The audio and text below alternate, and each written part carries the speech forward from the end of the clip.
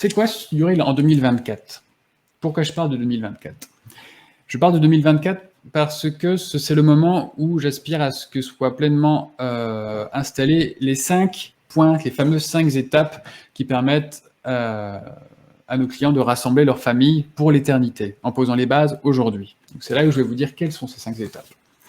La première, voilà, ces 5 étapes, ça s'appelle le parcours intégral d'unité familiale. Voilà, c'est un concept que j'ai créé, qui est déposé et qui fonctionne en 5 étapes. Donc le premier, c'est la numérisation, dont le but est de faire revivre votre patrimoine historique. On en a déjà bien parlé. Le deuxième, je l'ai mentionné, c'est offrir le meilleur de ces images à vos proches, et à la fois les images anciennes et les images récentes. Ceci, j'en ai parlé un peu, mais là, il s'agit de montage vidéo. On va vous apprendre à faire du montage vidéo. On peut aussi le faire à votre place. Voilà, mais j'aime l'idée que vous soyez autonome aussi, et on a tout fait pour vous faciliter ce montage vidéo par un logiciel simple à utiliser et une formation condensée de 2 heures qui va droit au but pour vous permettre d'être autonome pour faire des montages simples et faire vivre vos images. Voilà.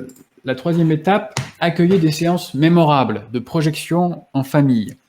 Voilà, vous allez récupérer vos images, mieux vous allez faire un montage vidéo. La meilleure façon de le faire vivre, c'est d'organiser des projections chez vous, dans votre salon. Et si possible, de le faire en grand écran. Il y a quelque chose de différent en grand écran. J'ai un grand écran chez moi, je me suis fait ce plaisir, et on va plus loin. Et ce qui est génial avec les projections, c'est que ça ouvre une porte. Ça ouvre la porte à la discussion, ça permet de parler. C'est sur ce genre de moment qu'après, on résout peut-être des choses. Et ce qui est intéressant, on le fait par la joie, pas par la colère, pas par les prises de tête, pas par les conflits de génération. Ça ouvre des portes, ça permet de résoudre par la joie. Et ça, je trouve ça extraordinaire. La quatrième étape, protégez votre histoire et transmettez-la aux futures générations. C'est-à-dire celles que vous ne connaissez pas encore.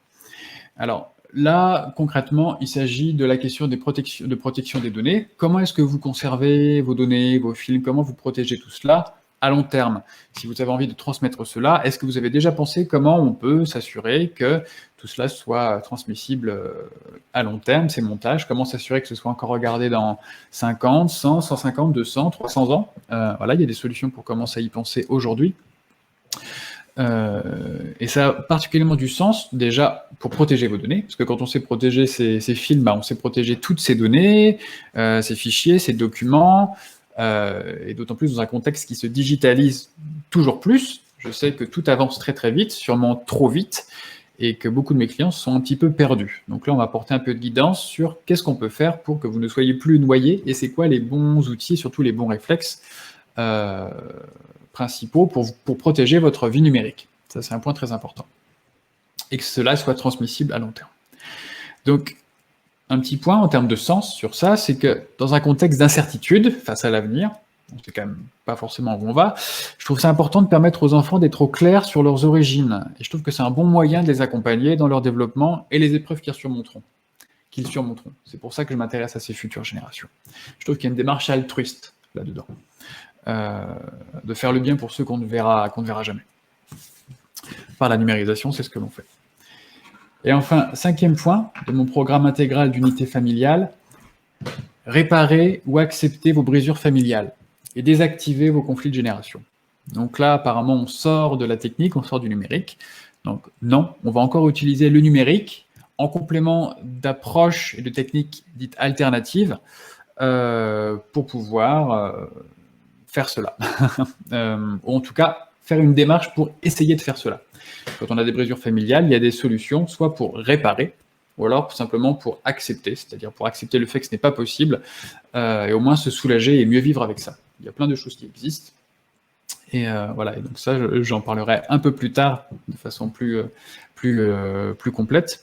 Mais voilà, notamment, ça s'inspire de la communication non violente ou des constellations familiales, qui sont deux techniques qui se déploient de plus en plus dans la société, encore quelque part à petite échelle, mais c'est fort possible que vous ayez au moins entendu parler de l'un de ces deux thèmes. En tout cas, voilà, maintenant que vous avez la vue globale sur tout ce qu'on peut faire pour sa famille, en commençant par la numérisation des films. Comment ça vous parle? ce parcours d'unité, ce parcours intégral d'unité familiale? Est-ce que ça résonne en vous? Est-ce que ça éveille quelque chose? Voilà. Encore une fois, il y a le chat. Dites-moi vos impressions. S'il y a des questions aussi, c'est le moment. Vous pouvez poser toutes vos questions. Ou si vous voulez m'en parler plus tard, par téléphone, par mail, c'est avec grand plaisir. Je bois un petit coup, quand même.